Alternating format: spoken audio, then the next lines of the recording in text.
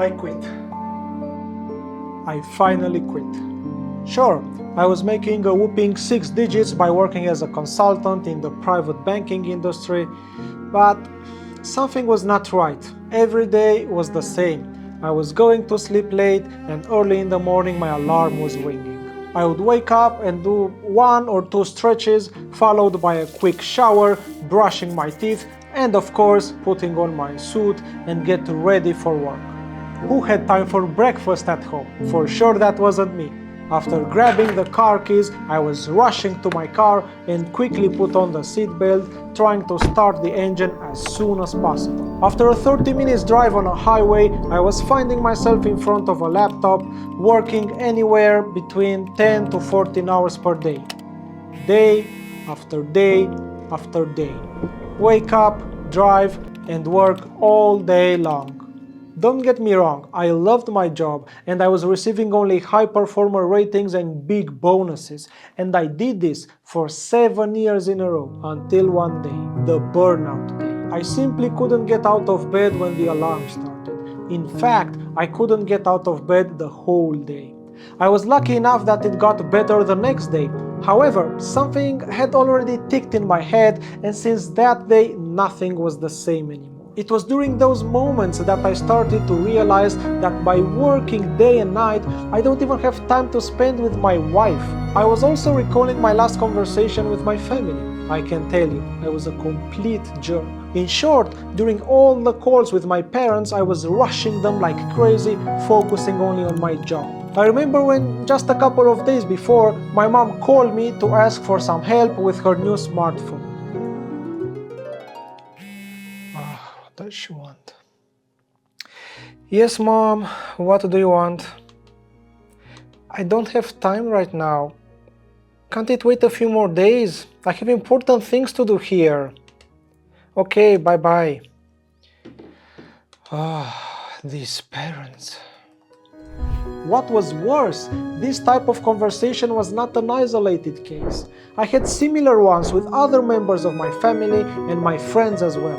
Recalling this was horrible, and I realized that I'm working so hard for someone else's dream. On top of that, I was neglecting those who genuinely cared for me the most in this world. The good thing though, is that I was doing 2 things right. 2 things that combined with this crazy experience turned my life around. First, I had a huge savings rate of around 70 to 80%. I was investing every little penny in real estate and in the stock market. I was investing so much that I was already financially independent at that point. This means that the money I was making from my investments was already covering all my monthly expenses. Secondly, in order to have the energy for working around 100 hours a week, I developed a hobby, a personal finance blog in my native language for Romanians. So there I was, financially independent with a hobby I enjoyed while being tired of my job. It was then when I truly understood that time is the most finite resource we have. We can never get it back. Once the day has passed, it is gone forever.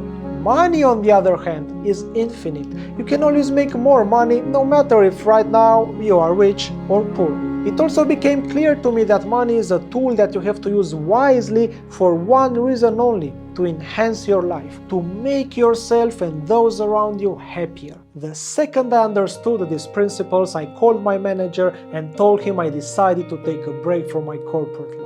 He suggested I take a sabbatical year off, and that's exactly what I did. You might think I was stressed about giving up my 6-figure salary, but in fact it was one of the happiest moments in my life.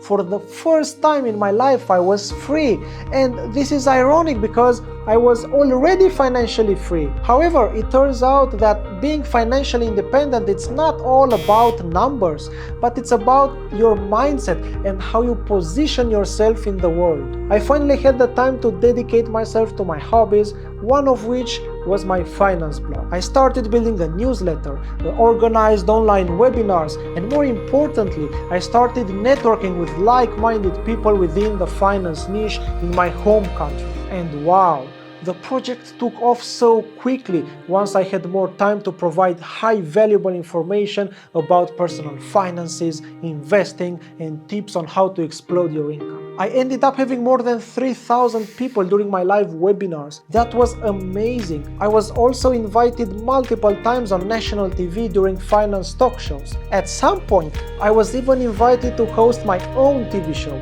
Unfortunately, however, I had to refuse it as the timing was not right, but I must admit it though, it felt great to be appreciated. I also started to be invited to different podcasts, and I created partnerships that helped my hobby grow to what was for me before an unthinkable size. You have to understand that making money from my hobby wasn't my priority. Different business consultants and managers contacted me because they saw a huge potential of making money out of my hobby, but I politely refused them because that was simply not my goal. However, by investing so much time and effort, and most importantly, being really passionate about this topic, the project ended up generating a huge amount of money. At the end of 2021, after looking at the numbers, I was shocked to see a whopping $300,000 in profits. You're now probably wondering, how did I end up making $300,000 in profit after only 1 year of focusing on my hobby? The answer is simple: multiple income streams. One stream of income came from being invited as a speaker to different conferences or by private companies to give a speech in front of their employees. Another stream of income came from coaching. People were looking to increase their active income by becoming high performers at work, and I was helping them through coaching. The third stream of income is online courses. I have a few of them, mostly about investing in real estate or in the stock market, and they tend to be quite popular. I also have a fourth stream of income represented by affiliate marketing. However, I'm very picky about choosing the affiliates I work with, therefore I'm not making a lot of money out of this. All of these streams of income were developed without a well-thought funnel to attract people, and for sure without a complex marketing strategy. In fact, there is almost no marketing strategy behind it. I'm sure I could make more money by wrapping funnels and marketing around the blog, but to be honest, I'm not interested in that. In the end, at some point when you have enough, money is just a number, and a higher number doesn't necessarily mean a happier life. And to be honest, I think we can draw a conclusion from my experience. Yes, marketing is extremely important, but what matters the most is the value that you produce to your audience, clients, or any type of partner you decide to work with. So there you have it. Ironically, I gave up a six-figure salary only to make another six-figure, but this time from my hobby. Oh, are you wondering what I did after I finished my sabbatical? Well, I quit. Was quitting the corporate life a good or a bad decision? I guess we're going to find out soon. Thank you for listening my story. If you're interested to learn more about how I became financially independent at the age of 30 and how can you do it too, check out this video.